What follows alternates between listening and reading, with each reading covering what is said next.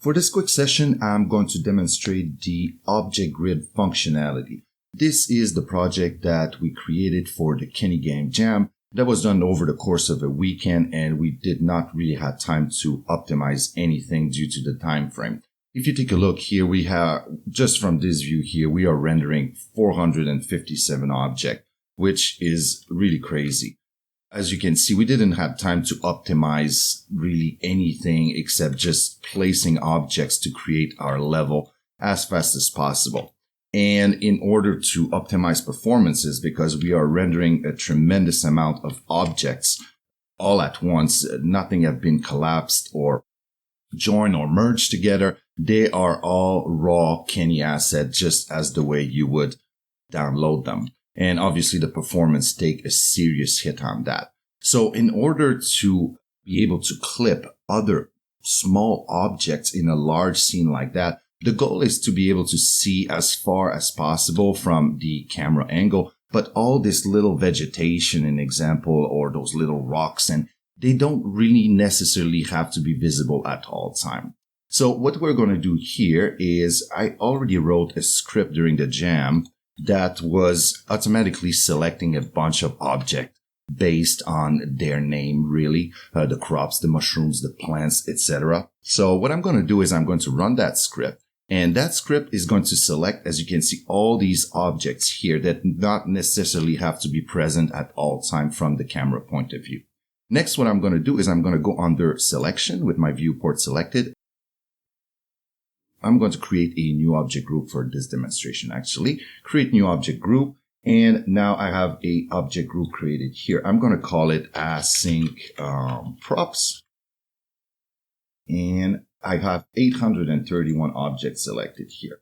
And what I'm going to do is I'm going to enable the partition settings. So I'm first going to enable partition. And I'm going to select, I got two choices, plate, which is basically 2D flat plane, or voxel, which are basically 3D cubes. And what is going to happen is I'm going to divide my selection, my group here into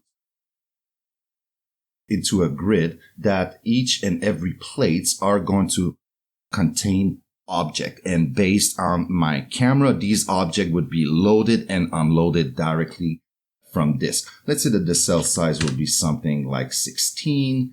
And my viewer will be my geometry camera, which is my main default camera here. And for the viewer type or the viewer method, I'm going to select pyramid, which is going to basically give me a frustrum-like area here, as you can see, the triangle. And I'm going to increase that. I'm going to double it to make sure that the angle, as the camera is rotating, it's going to load before the actual camera look at that position or direction here. I'm going to put it at 130 since my default viewport angle, my default field of view for this specific camera is 65 degree. I'm going to put it at 130 degree. And the view distance, I'm going to say, since my plates are 16, 32, let's say around 40. And now what I'm going to do is I'm going to build that grid. And as you can see, all these objects now disappear. And only the objects that are visible from the viewer perspective, if I go back to my right depth render layer here, is going to be more clear. We can see that only these plates, the ones that are kind of grayed out a bit more dark here, only the plates, the object contained on those plates will be visible from the camera point of view. If I push spacebar to return to now we're rendering 309 for that specific view.